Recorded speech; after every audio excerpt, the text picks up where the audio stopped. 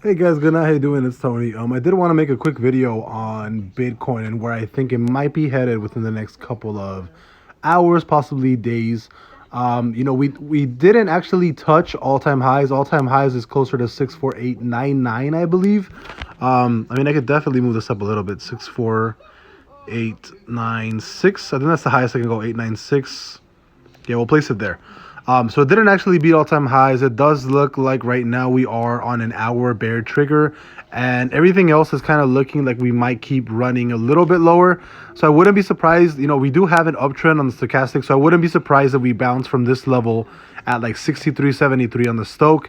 If we do start creating a bull trigger on what's it called, on bull trigger on the reverse MACD. Also keep in mind that we are on this trend right here, so I wouldn't be surprised to see it come back possibly to something like a 62995, like a 6300, sorry, 63,000 Bitcoin, before running up from here and possibly keep running to the all-time highs and breaking it, right? So as of right now, I am thinking that it can possibly do something like,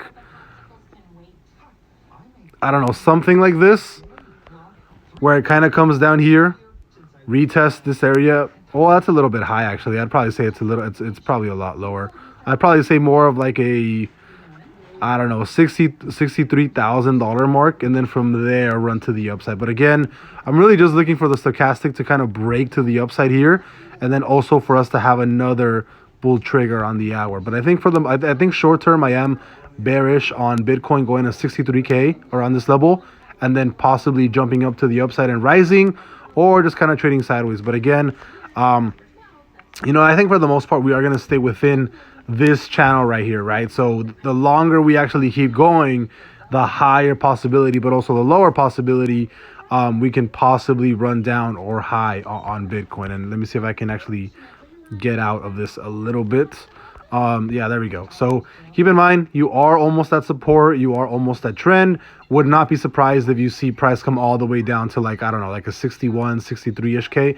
If you do break 63K, I can definitely see us going all the way back down to retest this trend at like 61.6, 61, whatever, right? But again, really just depends on where we can possibly go a little bit longer term. And it does look like we are creating tops on the stochastic, and we are about to close a bear trigger on the reverse MACD. So I would be perfectly fine actually shorting Bitcoin here, because it does look like we might keep trailing down. I don't know if I would. And then in 25 minutes, it looks like you are going to be closing a stronger bear candle. So, I would not be, I would not be against taking a short right here. Something like, taking it like right here, riding this possibly all the way down to maybe where trend is, and having a really tight stop loss, like at, I don't know, 64,596, something like that. Like having like a really tight stop loss. And this essentially would give me a 3.5 R to R, right? So it's not that bad.